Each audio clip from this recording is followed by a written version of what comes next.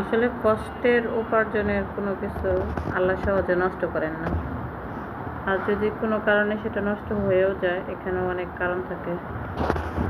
যেমন আমার যে ভাইটা মারা গেছে, ওই ভাবি ছোট্ট একটা ছাগলের বাচ্চা খুব কষ্ট করে 3,000 টাকা দিয়ে কিনেছিল। তো ওই ছাগল থেকে 2-3 বছরে অনেকগুলি ছাগল হয়েছে।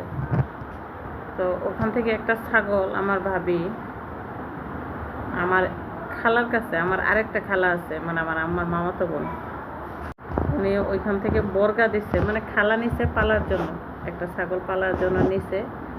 তো ওইখান থেকে একটা ছাগলের 2টা বাচ্চা হয়েছে, ওই ছাগলটার 2টা বাচ্চা হয়েছে। হওয়ার পরে একটা ভাবিকে দিছে। এখন মেন যে ছাগলটা, যেটা খালা নিছিল, আর একটা বাচ্চা যেটা খালা মানে ভাগে পাইছে, ওইটা খালা পালতেছিল। তো 3-4 দিন আগে ছাগলটা প্রেগনেন্ট অবস্থায় মানে আমাদের বাড়ির দিকে চলে যায়, মানে যে বাড়ি থেকে ছাগলটা নিয়ে আসা হয়েছিল আর কি।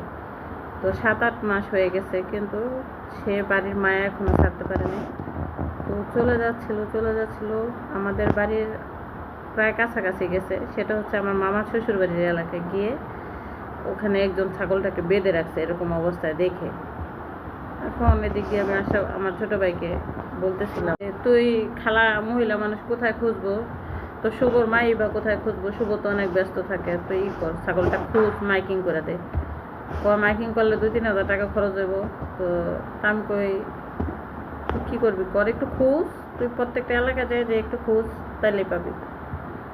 না, শিয়ালে খেয়ে লাইছে বা চুরে নিয়ে বেঁধে খেয়ে ফেলাইছে। আমাকে ভালো মানুষের কাছেও তো পড়তে পারে, নাও তো এগুলো হইতে পারে, একটু খোঁজ। সে আর খুঁজে না। এখন আমার খালা এরকম খুঁজতেই আছে।